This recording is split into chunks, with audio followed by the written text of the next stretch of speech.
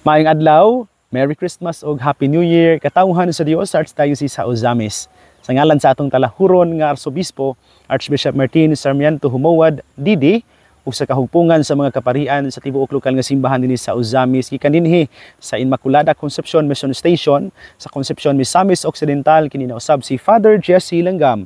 Magahatod kaninyo sa pamalandong karong adlaw karon nga Huwebes, sulod sa simana sa Pasko, no, sa pagkatao sa atong Ginoo. Enero 4, 2024.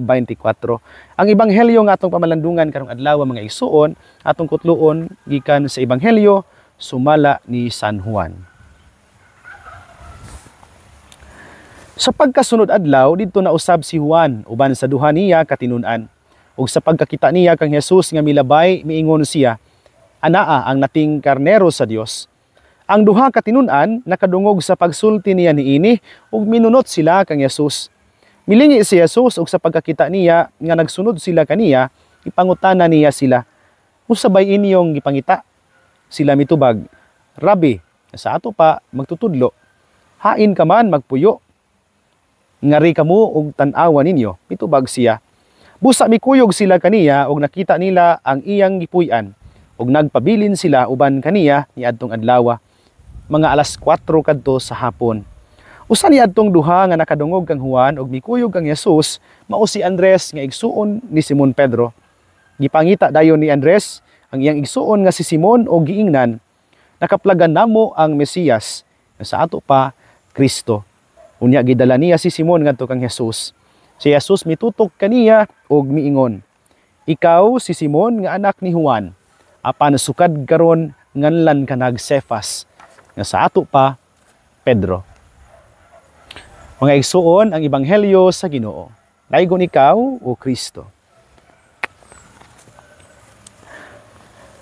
Mga igsuon ko diyan ni Kristo, maayong adlaw pag-usab kaninyong tanan. Merry Christmas ug Happy New Year. Labi na gyud kaninyo nga nagsunod kanunay niining atong pamalandong. Karong adlaw diha sa ebanghelyo, we read about the first disciples of Jesus and the circumstances as to how they meet, no, for the first time. Ato nadungog nga si Juan, true to his role as a forerunner of the Lord, kay mo man gyud ni ang iyahang mission sama sa atong gisgutan ni atong miaging Martes, no, sa ato ang pamalandong, isip magdadala no sa mga tao nga nalayo sa Dios balik ngadto niya. True to that role as a forerunner of the Lord, John the Baptist pointed to Jesus today diha sa ebanghelyo. He pointed out even the future kining role, no, ni Jesus nga mahimong nating karnero nga ihalad alang sa kaluwasan sa ato mga sala. And kining pagtudlo ni Juan, nindot kaayo nga atong ma-picture out tungod sa iyang pagtudlo, duha sa iyang mga tinun-an karon misunod nga to kang Hesus. And one of them was Andrew, no, the brother of Simon Peter, nga mahimong tinun-an usab sa atong Ginoong Hesus. Atod pa niya, "Behold the Lamb of God, anaa ang nating karnero." Ug diha ang duha ka mga tinun-an mga igsuon misunod ang Hesus. Nindot ba kaayo nga panaminan si Juan? All throughout his life, all throughout his kining mission, he never failed to do what exactly is the reason why he is there, to bring people closer to the Messiah. Ang pagdala sa mga tao duol ngadto kang Hesus. Iya gyud nang nabuhat karon, no, pinaagi sa iyahang pagtudlo sa Mesiyas, ang nating karnero sa Dios, hinungdan nga misunod ang duha niya ka mga tinun-an ngadto niya. This is a picture of how they left John the Baptist, which would be what he wanted, no? Maong iyang gitudloan sila to arang Mesiyas, dili ako. Yang giangkon ni atong miaging adlaw. Nindot pa kaayo nga mapanaminan ang iyahang kinaiya. the attitude of knowing full well who he was and what he is supposed to be doing. That is, to bring people to Jesus. Bring people to Jesus. Ako, sa akong mga pamalandong yaging adlaw, akong gi-point out ako ang pagkapari, no? As priest, I am supposed to bring Jesus to people and people to Jesus. The sacraments as means of grace ngadto sa mga tao, and the people closer to the sacraments, to that source of grace. Akong gi-point out sa akong wali. Kung galing sa akong mga pamalandong mas nalayo hinuon mo sa Ginoo, then I have failed as a preacher. Kung galing sa akong pagbuhat sa mga sakramento, imbis nga masuod ninyo ang Ginoo, nalayo hinuon kamo nga kaniya, then I have failed as a priest, no? Like John the Baptist, mga igsoon, ang akong tahas, ang inyong tahas, atong tahas, wala lain, kundili ang mudala sa mga tao paduol sa Ginoo. Ang dalhon ang katawhan aron masuod sa Ginoo, aron mailhan nila ang Ginoo, aron eventually they will come to realize then love the Lord. Mao nay tahas, mga igsoon. Ug kana nga tahas gipuy-an gayod ni Juan Bautista sama sa atong nadungog karon sa ebanghelyo. Sige ingon niya, "Behold the Lamb of God." Then immediately two disciples of him followed Jesus. Sa nahitabo nindot kay nga continuity sa nahitabo. Jesus, noticing that two of the disciples of John followed him, nangutana sad siya, miling siya nangutana, what is it you want? Unsa may inyong gusto? Unsa inyong gipangita? Nindot kayo ang response ni Andres ug nining usa ka tinun-an. They did not ask, "What are you reading?" Sa may imong gibasa diha. Lord, wala. They did not also inquire, "Under what master did you train?" Sa may imong master. Wapon sila mo demand, "What school of prophets did you frequent?" Sa may imuhang sunod, no, nga school of prophet no itong panahona.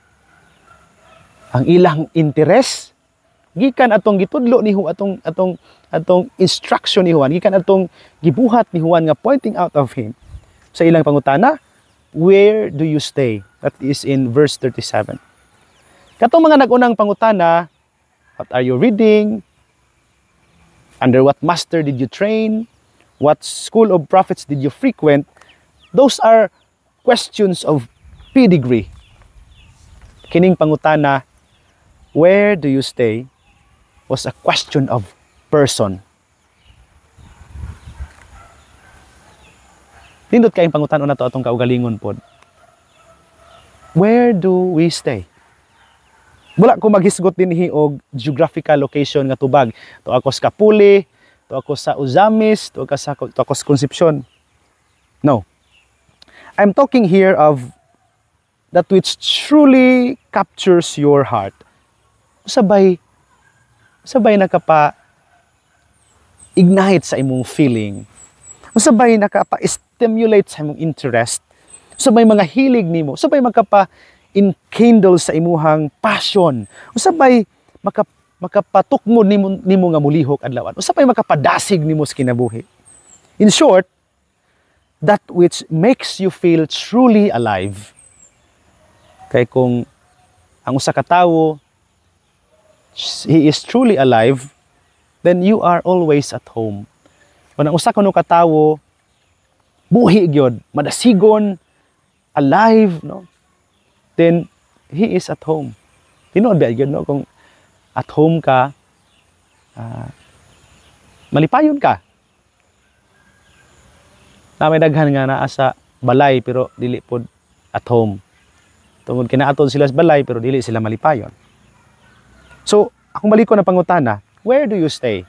Again, it's not a question of geographical location, but a question of your interest, of your passion, what enkindles you or springs you into action. Nindot kayo tungod kay duha ka mga tinun-an, pag abot nila sa gipuy-an ni Jesus, ni puyo sila uban niya, meaning to say it's like doing exactly the same thing Jesus did. It's loving as what Jesus did, no? Ilang murabag ang ilang pagsunod kang Jesus nakapatakod nila, no? Sa kung unsa ang gihigugma ni Jesus. So ang pangutana nato dinhi karon mga igsoon, have we found our home? Or are we at home? Kung pananglit hangtod karon na atod tay mga gika-interesan pero murag wa tay interes. Naata tay mga gibuhat pero murag di ta ganahang mabuhat. Naatod tay mga trabaho pero wa tay gana nga mulihok. Yan ang maong trabaho. Then maybe we are not truly at home. For when you are not alive, then you are not at home. I think mo ni panahona nga moduol ta ni Jesus. Jesus knows the way. Just give your hand to Him and allow Him to lead you. Follow Him. Sunda siya. Sama sa iyang giingon sa mga tinun-an. Diyan nangutana sila, where do you stay? Ang tubag ni Jesus, come and see. Dali og tan-awa. Mga igsoon ko diyan ni Kristo dinhi na lang kukutob apan sa dili pa nako tapuson kining pamalandong tuguti una ko sa pagtunol sa akong greeting sa tanan karong adlaw nagsunod dining atong programa kaninyong tanan daghan ug daghan gayud kaayo nga salamat sa inyong walay puas nga suporta alang kanato og sa atong istasyon.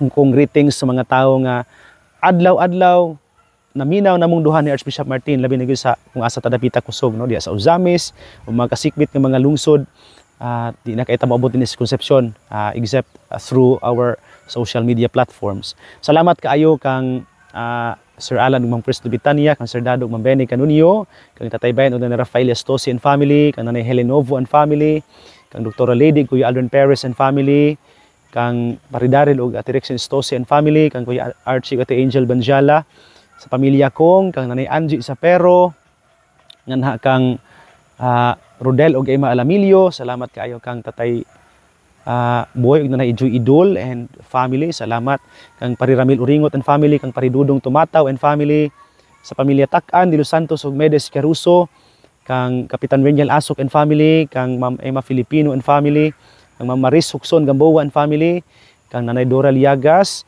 kang board member Amy Lahay-Lahay and family, sa Lahay-Lahay family, kang Ma'am Josie Lahay-Lahay, Ma'am Juday Lahay-Lahay, and sa pamilya Lagat, Auman, Hermoso, kang Ma'am Marceline Primasio and family, kang Ma'am Rosvilla Kalimpusan and family, salamat kaayo, kang Ma'am Nida Munoz and family, kang Chris ug Bebeth Pistilios, kang Primitivo ug Elena Lausa and family, kang Ma'am Emma Tuba and family, kang Kuya Richard Bation and family, sa pamilya Laranjo, Junson Amparado, Macabio, sa pamilya ni Nanay Rosie Maghanoy, kang sa pamilya ni Alvaro Cañete and family, salamat kaayo.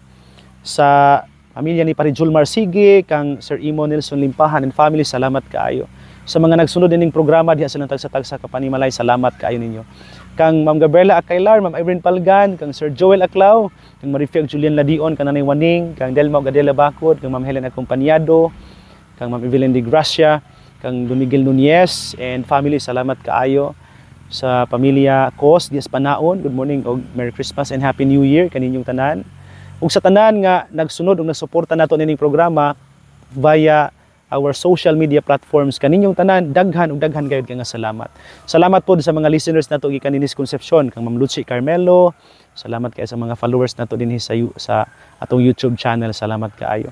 Sa mga SB members, labi na gyud kang Sherlo Rudas and family, kang SB Punse, kang SB Kabasag, kang Vice Mayor Ronel Montipon, salamat kaayo.